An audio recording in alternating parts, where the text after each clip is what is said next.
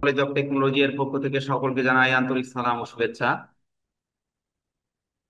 B Ed 2025 শিক্ষাবর্ষের আজ দ্বিতীয় class.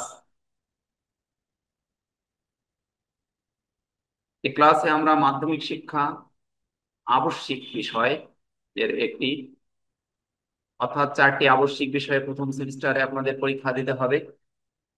এর মধ্যে মাধ্যমিক শিক্ষা একটি, এবং মাধ্যমিক শিক্ষা প্রথম দিনই আপনাদের পরীক্ষা অনুষ্ঠিত হবে। তো এই মাধ্যমিক শিক্ষার উপরে আজকে আমি আপনাদের একটা ক্লাস নেওয়ার চেষ্টা করছি। তো প্রত্যেকটি আবশ্যিক বিষয়ের উপরে 60 মার্কস করে আপনাদের লিখিত পরীক্ষা দিতে হবে, এবং ইন্টারনাল 40 মার্কস থাকবে। তো প্রত্যেকটি সাবজেক্টে আপনাদের সংক্ষিপ্ত প্রশ্ন থাকবে 10টি, এবং রচনামূলক প্রশ্ন ভিন্ন ভিন্ন সাবজেক্টে ভিন্ন ভিন্ন ভাবে আসতে পারে। তো প্রত্যেকটা সাবজেক্টের উপরে 10টি করে রচনামূলক প্রশ্ন থাকবে। তো আমরা মাধ্যমিক শিক্ষার উপরে এখানে কয়েকটি প্রশ্ন নিয়ে আজকে কথা বলবো। এখানে আমরা 4টি প্রশ্ন দেখতে পাচ্ছি। 1 নম্বর প্রশ্ন, শিক্ষা কি? 2 নম্বর প্রশ্ন, মাধ্যমিক শিক্ষা কাকে বলে? নাম্বার 3, শিক্ষার স্বরূপ ব্যাখ্যা করো। নাম্বার 4, শিক্ষাক্রম ও শিক্ষা সূচির মধ্যে পার্থক্য কি? তো এই প্রশ্ন, 4টা প্রশ্ন এখানে দেখছি। এই 4টা প্রশ্নের 3টা প্রশ্নই একাধিক সাবজেক্টের মধ্যে সম্পৃক্ত হতে পারে। তো এই প্রশ্নগুলো এত কমন যে এই আবশ্যিক সাবজেক্টের যে কোনো সাবজেক্টের মধ্যে এই প্রশ্নগুলো আসতে পারে ফাইনাল পরীক্ষায়। তো আমরা এখানে শিক্ষা কি এই বিষয়ের উপরে প্রথম কথা বলার চেষ্টা করব। তো এখানে আমরা স্ক্রিনের উপরে কিছু লেখা দেখতে পাচ্ছি। শিক্ষা কি? দেখেন, শিক্ষা শব্দের উৎপত্তি। শিক্ষা সংস্কৃত শাস ধাতু থেকে উৎপত্তি, যার অর্থ হচ্ছে শাসন করা, নিয়ন্ত্রণ করা, নির্দেশ দান করা, উপদেশ দেয়া ইত্যাদি। এই শিক্ষার সমার্থক শব্দ বিদ্যা, যা সংস্কৃত বিদ ধাতু থেকে আসছে, যার অর্থ হচ্ছে জানা, কোনো কিছু সম্পর্কে জ্ঞান লাভ করা। তো আমরা দুটো বিষয় দেখলাম, একটা হচ্ছে শিক্ষা, আর একটা হচ্ছে জ্ঞান। জ্ঞান এবং শিক্ষার মধ্যে মূলত কি পার্থক্য, difference between the education and knowledge, যে বিষয়টি এখানে আসলে সম্পৃক্ত করা হয়নি। জাস্ট জানার জন্য আমরা এই বিষয়ের উপরে একটু কথা বলবো। শিক্ষা এবং জ্ঞান, এই দুইটা শব্দের মধ্যে কি পার্থক্য রয়েছে? তো আমরা এক কথায় বলতে পারি,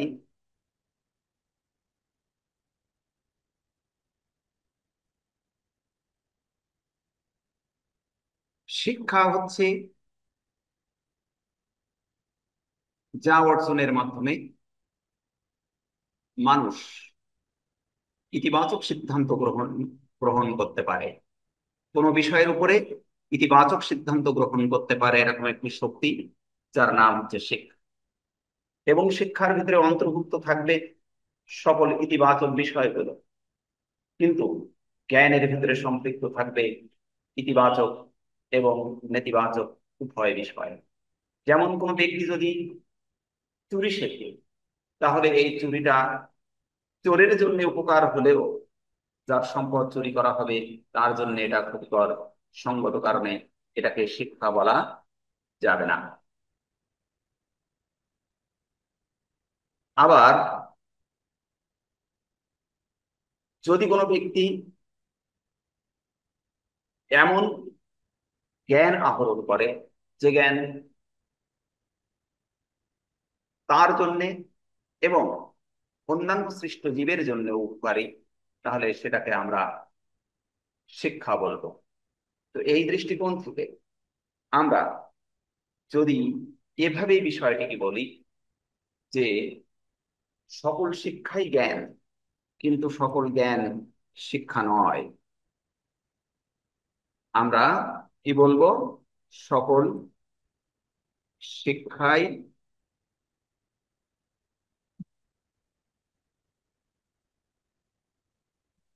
জ্ঞান, কিন্তু সকল জ্ঞান শিক্ষা নয়। এটাই হচ্ছে সার্বজনীন একটা বিষয়। অর্থাৎ মানুষ তার জীবনে চলার জন্য যা সে অর্জন করবে, যা সে লাভ করবে, সবগুলোকে কিন্তু শিক্ষা বলা যাবে না, সেটাকে জ্ঞান বলা যাবে। বাট এই জ্ঞানের মধ্য থেকে যে বিষয়গুলো তার জন্য উপকারী, সমাজের জন্য উপকারী এবং ইফেক্টিভ, চিন্তাকে যে লালন করে, যে ধারণ করে, তাই হচ্ছে শিক্ষা। আর যা সে তার জীবনে অর্জন করলো, সেটা ইতিবাচক হোক আর নেতিবাচক হোক, সেটা জ্ঞান হিসেবে স্বীকৃত। এজন্যে আমরা এই জিনিসটাকে আরো সহজভাবে বিশ্লেষণ করতে পারি। জ্ঞান এর মধ্যে থাকবে ইতিবাচক এবং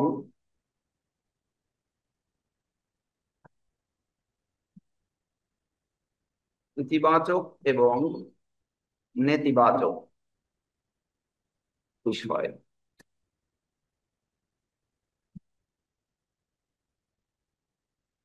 বাট শিক্ষা এর মধ্যে,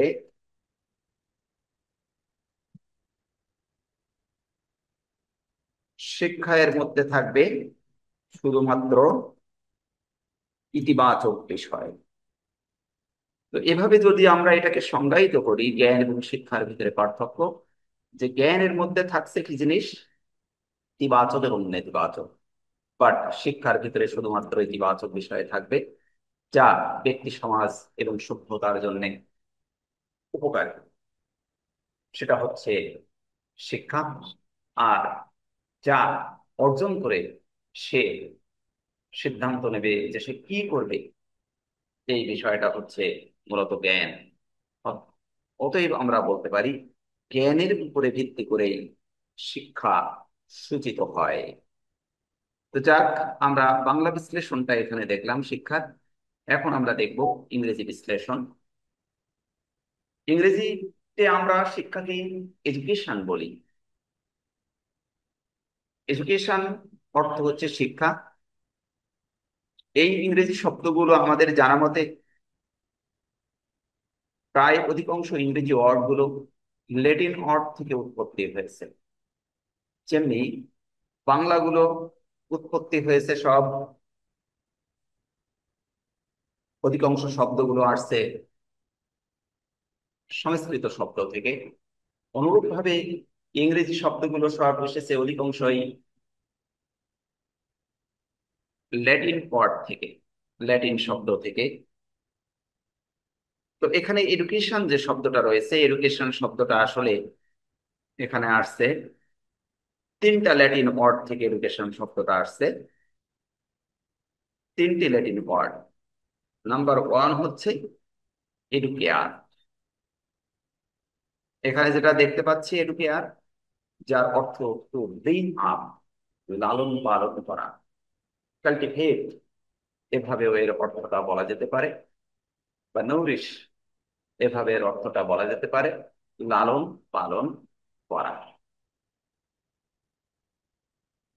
এরপর নাম্বার টু, এডুকেরি, টু লিড আউট, বের করে নিয়ে আসা। বের করে নিয়ে আসা কি, কেন এই অর্থে এডুকেশন শব্দটাকে ব্যবহার করা হলো? বের করে নিয়ে আসা বলতে এই এডুকেশন বা শিক্ষা হচ্ছে এমনই একটি শক্তি, যে শক্তি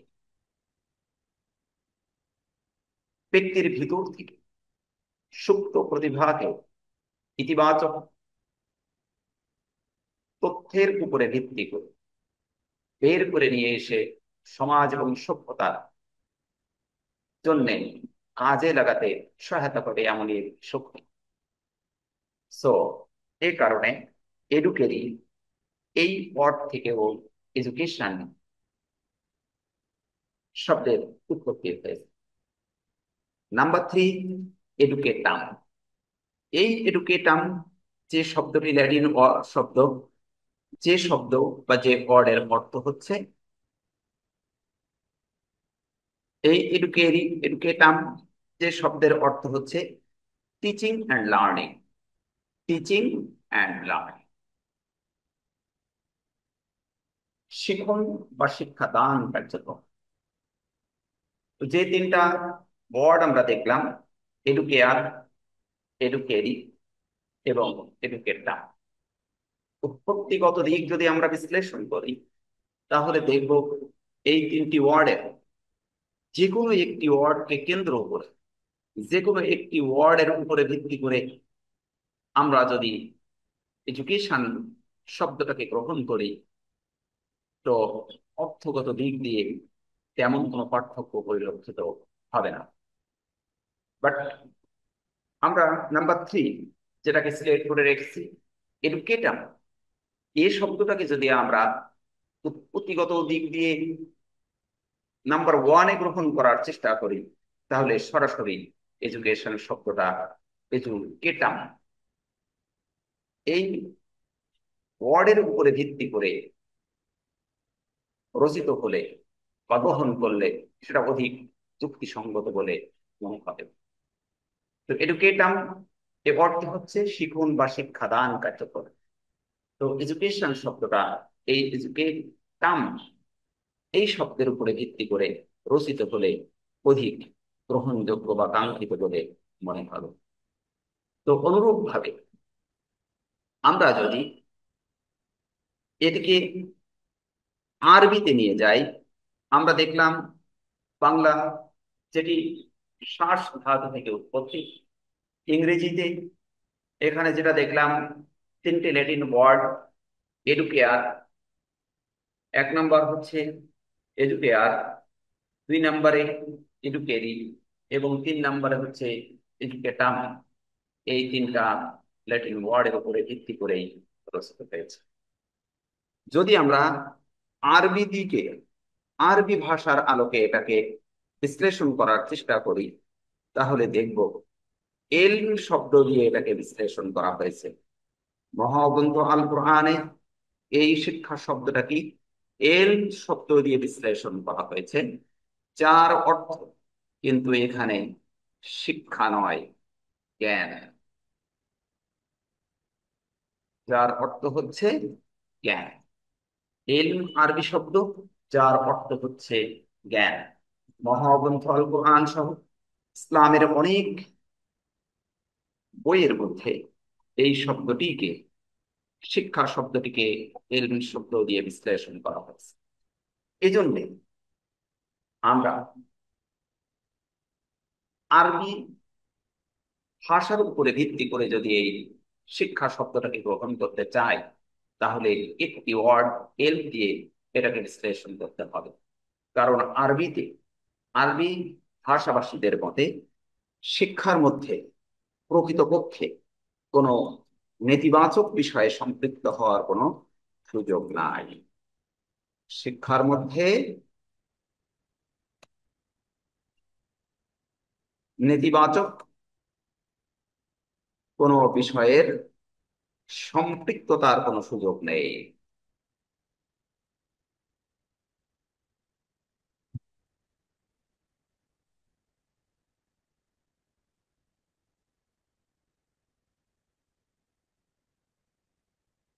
অর্থাৎ মহান আল্লাহ রাব্বুল আলামিন নেতিবাচক কোনো জ্ঞান আহরণ করে সেটাকে কাজে লাগানোর কোনো সুযোগ রাখেনি।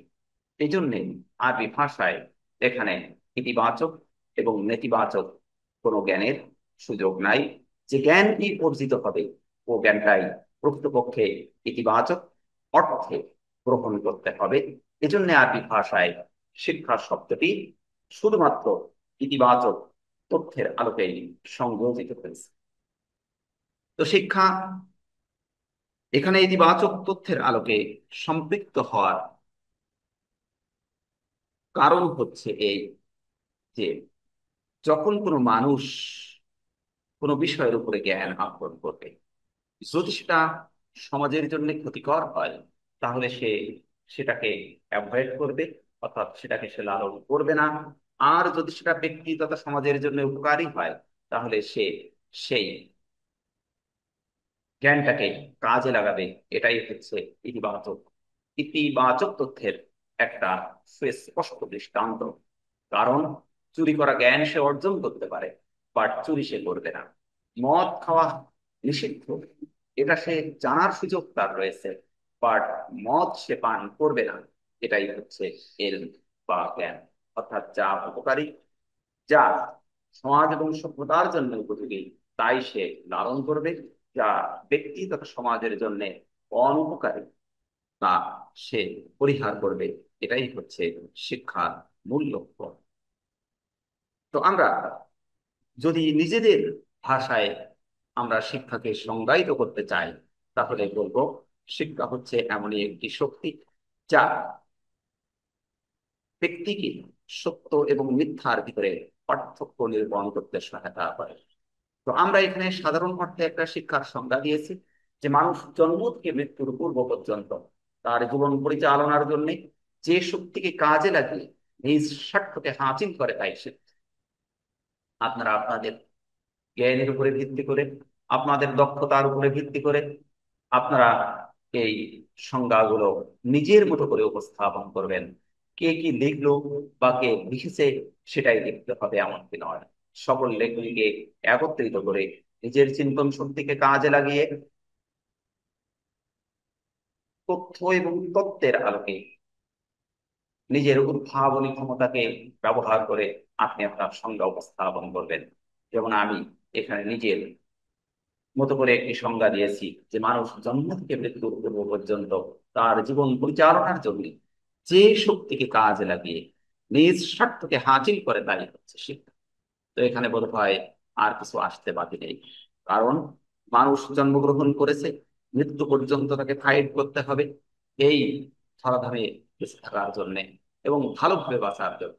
আর এই ভালোভাবে বেঁচে থাকার জন্য তার প্রয়োজন অনেক কিছু। এই অনেক কিছু যে প্রয়োজনীয় জিনিসগুলো সে কিভাবে আহরণ করবে, কিভাবে সে আহরণ করবে, সেই আহরণ করার পদ্ধতি এবং প্রক্রিয়া বলে দেবে যে শক্তি, তাই হচ্ছে শিক্ষা। সঙ্গত কারণে আমরা আমাদের ভাষায় দেখলাম যে মানুষ জন্ম থেকে মৃত্যুর পূর্ব পর্যন্ত তার জীবন পরিচালনার জন্য যে শক্তিকে কাজে লাগিয়ে নিজ স্বার্থকে হাসিল করে, তাই হচ্ছে শিক্ষা। তো যাক, শিক্ষার সংজ্ঞা সম্পর্কে অনেক মনীষী অনেক বক্তব্য দিয়েছে। আমরা এখানে 2 থেকে 3 জন মনীষীর কথা বলেছি। তো আমি এর বাইরে 2 একজন মনীষীর কথা বলবো। বিশেষ করে সক্রেটিস, একজন বিশিষ্ট শিক্ষাবিদ, যিনি প্লেটোর শিক্ষক হিসেবে পরিচিত বোধ হয়। তো সক্রেটিস তিনি বলছেন, নো দাই সেলফ, নিজেকে জানো। আমি কে, কোথা থেকে এসেছি এবং কেন এসেছি। আমি কে, কোথা থেকে আসলাম, আর কেন আসলাম।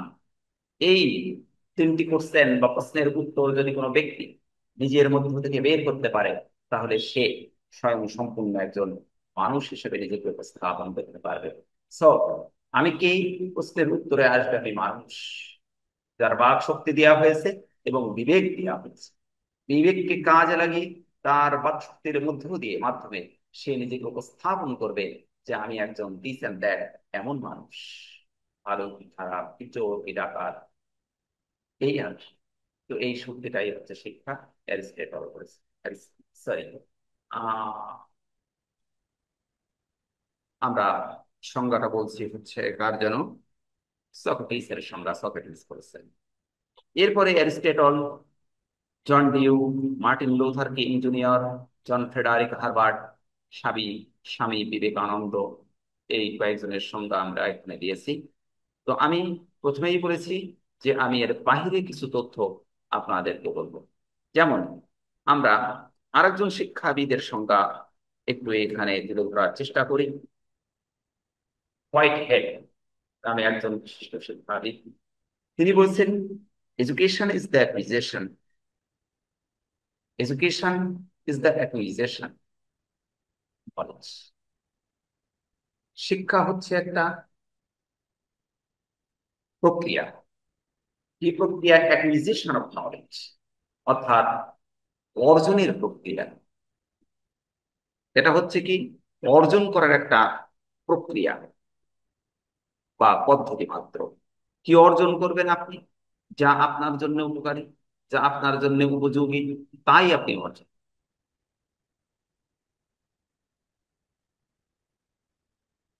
এরপর আমরা আমাদের একজন শিক্ষাবিদের কথা বলি।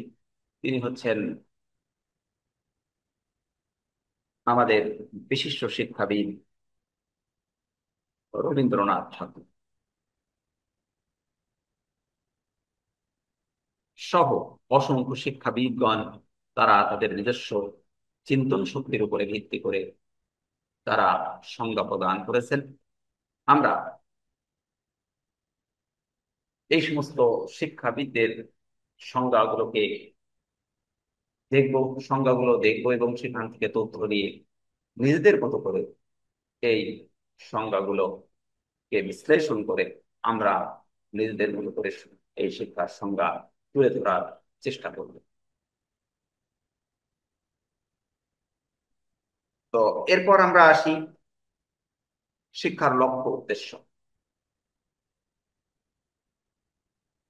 শিক্ষার লক্ষ্য উদ্দেশ্য, এখানে বেশ কয়েকটি লক্ষ্য এবং উদ্দেশ্য লেখা হয়েছে।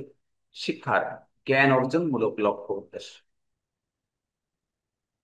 এরপর শিক্ষার বৃত্তিমূলক লক্ষ্য উদ্দেশ্য, এরপরে শিক্ষার সামাজিক লক্ষ্য উদ্দেশ্য, শিক্ষার সাংস্কৃতিক লক্ষ্য উদ্দেশ্য, 5 নম্বর হচ্ছে নৈতিক চরিত্র গঠনমূলক লক্ষ্য উদ্দেশ্য, 6 ব্যক্তি বিকাশমূলক লক্ষ্য উদ্দেশ্য, 7 শিক্ষার মাধ্যমে শিক্ষার্থী তার লক্ষ্যে পৌঁছানোর যোগ্যতা অর্জন করতে পারে, এটাই হচ্ছে শিক্ষার মূল লক্ষ্য এবং উদ্দেশ্য। অর্থাৎ শিক্ষার্থীকে তার লক্ষ্যে পৌঁছানোর যোগ্যতা অর্জন করতে সহায়তা করা, অর্জন করতে সহায়তা করা, সহায়তা করা, এটাই হচ্ছে শিক্ষার সর্বশেষ লক্ষ্য। তো এই শিক্ষার লক্ষ্যগুলোকে আমরা, যদি আমাদের প্রশ্নপত্রে আসে রচনামূলক প্রশ্নে, তাহলে আমরা সংক্ষিপ্ত পরিসরে এগুলোকে একটু বিশ্লেষণ করার চেষ্টা করব। জ্ঞান অর্জনমূলক লক্ষ্য কি? যে সে কি জ্ঞান অর্জন করবে এবং কোন জ্ঞান অর্জন করলে সে নিজেকে ভবিষ্যৎ প্রজন্মের কাছে উপস্থাপন করতে পারবে, সেটা তাকে বেছে নিতে হবে। এবং এই বেছে নেওয়ার শক্তি এবং সাহস এবং সামর্থ্য যে যোগায়, সেই হচ্ছে প্রকৃতপক্ষে শিক্ষা। সেই শক্তির নামই হচ্ছে শিক্ষা। এরপরে শিক্ষার বৃত্তিমূলক লক্ষ্য, অর্থাৎ কোন কাজ সে করবে বড় হয়ে, সেটিও শিক্ষা বলে দেবে। এরপর সামাজিক লক্ষ্য, সমাজে একজন সক্রিয় সদস্য হিসাবে নিজেকে উপস্থাপন করার জন্য সে কি কি বিষয়ের উপরে জ্ঞান অর্জন করবে, সামাজিক কি কি যোগ্যতা, কি কি দক্ষতা, জ্ঞান তাকে অর্জন করতে হবে, এটাও শিক্ষা বলে দেবে। এরপর শিক্ষার সাংস্কৃতিক লক্ষ্য, নৈতিক চরিত্র গঠনমূলক লক্ষ্য, ব্যক্তি বিকাশমূলক লক্ষ্য, এরপরে শিক্ষার্থীকে তার লক্ষ্য পৌঁছানোর যোগ্যতা অর্জন করতে সহায়তা করা, এটাও হচ্ছে শিক্ষার অন্যতম প্রধান লক্ষ্য। যেগুলোকে আমি কি নোট আকারে কিন্তু এখানে উপস্থাপন করেছি। যদি রচনামূলক প্রশ্নে এই বিষয়গুলো আসে, তাহলে আপনারা ঠিক সেভাবেই এগুলোকে একটু বিশ্লেষণ করে লিখবেন। এরপর হচ্ছে আমরা যেটাকে দেখছি যে মাধ্যমিক শিক্ষা কি? এই প্রশ্নটা মাধ্যমিক শিক্ষায় প্রায় আসে। মাধ্যমিক শিক্ষা হলো যে কোনো শিক্ষার উচ্চ ধারায় প্রবেশের পূর্ববর্তী স্তর। উচ্চ ধারায় প্রবেশের পূর্ববর্তী শিক্ষা স্তর হচ্ছে মাধ্যমিক শিক্ষা। এটা কিন্তু প্রতিবার এই মাধ্যমিক শিক্ষার প্রশ্নের 1 নাম্বার প্রশ্ন বা 2 নাম্বার প্রশ্নে এই প্রশ্নটা আসে সুনির্দিষ্ট। একে কোনো কোনো ক্ষেত্রে প্রান্তিক শিক্ষা হিসেবেও গণ্য করা হয়। প্রাথমিক শিক্ষার পরবর্তী এবং উচ্চ শিক্ষার পূর্ববর্তী স্তরের শিক্ষাকেই মূলত মাধ্যমিক শিক্ষা বলা হয়। বা সেকেন্ড মাধ্যমিক শিক্ষা বা সেকেন্ডারি এডুকেশন বলা হয়, অর্থাৎ প্রাথমিক শিক্ষা এবং উচ্চ শিক্ষার মধ্যবর্তী যে শিক্ষাটা, এই শিক্ষাটাই হচ্ছে মাধ্যমিক শিক্ষা। আমাদের দেশে বিশেষ করে ক্লাস 6 থেকে শুরু করে আমরা ইন্টারমিডিয়েট যেটা বলি, সেকেন্ড ইয়ার অর্থাৎ সমকাল পর্যন্ত এটাকে আমরা মাধ্যমিক শিক্ষা বলি। তো এই শিক্ষাটা মূলত একজন শিক্ষার্থী বয়ঃসন্ধিকালের সাথে জড়িত, অর্থাৎ বয়ঃসন্ধিকালে বিশেষ করে তারা এই শিক্ষাটা বয়ঃসন্ধিকালে গ্রহণ করে থাকে। একে কৈশোর এবং কৈশোর উত্তরকালের শিক্ষা নামেও কেউ কেউ অভিহিত করেছেন। এটি অত্যন্ত গুরুত্বপূর্ণ শিক্ষা স্তর। মাধ্যমিক শিক্ষা সম্পর্কে কতিপয় অভিমত নিচে উপস্থাপন করা। দেখেন, এখানে কিন্তু আমরা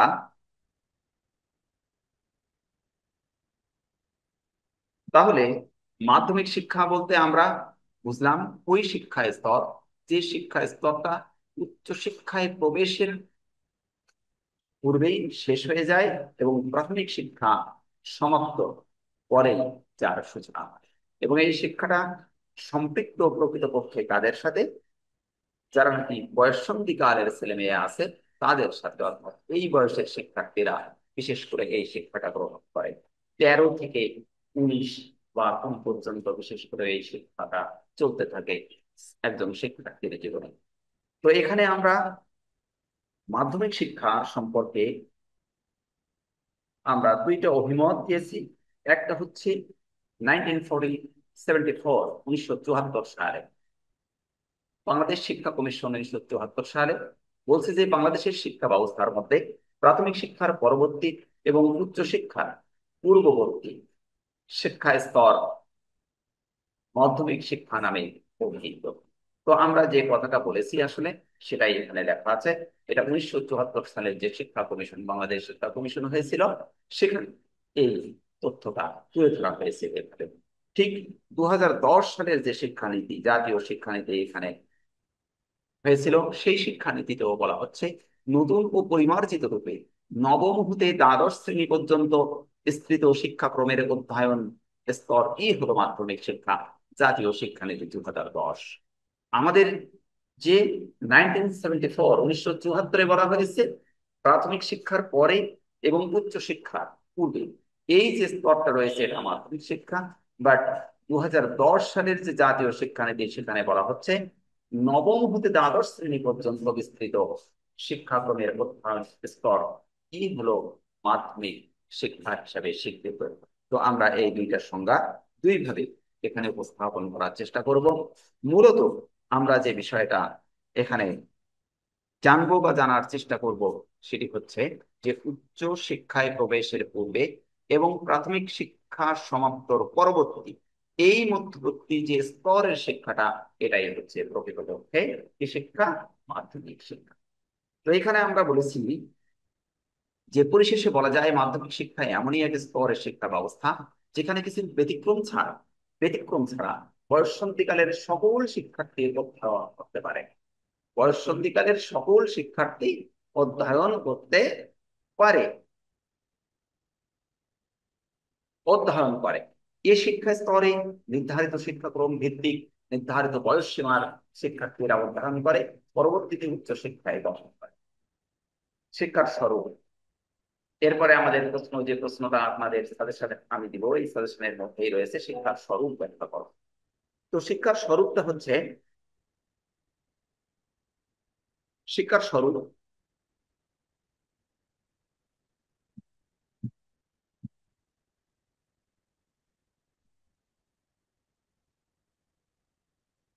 শিক্ষার স্বরূপকে বিশ্লেষণ করতে যে আমরা এখানে কিন্তু এভাবে উপস্থাপন করেছি। শিক্ষার স্বরূপটা মূলত লিখেছি, শিক্ষাকে বিশ্লেষণ করলে আমরা এর স্বরূপকে এইভাবে তুলে ধরতে পারি। দেখেন, বেশ কয়েকটি বিষয় এখানে তুলে ধরা হয়েছে। তো এই বিষয়গুলো আপনারা একটু বাসায় দেখে নেবেন, এগুলো একবার দেখলে পেয়ে যাবেন। তো আমরা এখানে যে বিষয়টা এখন আলোচনা করব, আরেকটি অত্যন্ত গুরুত্বপূর্ণ এবং অত্যন্ত কি বলা যায় যুগ উপযোগী একটা প্রশ্ন, যে প্রশ্নটা প্রায়ই একাধিক সাবজেক্টের মধ্যে ফাইনাল পরীক্ষায় এসে থাকে, সেটা হলো শিক্ষাক্রম এবং শিক্ষাসূচি বা পাঠ্যসূচি। এটাকে আমরা শিক্ষাক্রম বলি, শিক্ষাসূচি বলি, আবার পাঠ্যক্রম বলি, পাঠ্যসূচি বলি। তো শিক্ষাক্রম ও পাঠ্যসূচি, শিক্ষাক্রম হচ্ছে কারিকুলাম, আর পাঠ্যসূচি বা শিক্ষাসূচি হচ্ছে সিলেবাস। তো এই দুইটা জিনিসের পার্থক্য, একাধিক সাবজেক্টের মধ্যে কিন্তু এই প্রশ্নটা আসবে। আমি আবারও বলছি যে এই প্রশ্নটা একাধিক সাবজেক্টের মধ্যে একই বছরে আসতে পারে, যে শিক্ষাক্রমটা কি আর শিক্ষাসূচি, অথবা পাঠ্যক্রম কি পাঠ্যসূচি কি, কথা কিন্তু একই। পাঠ্যক্রম,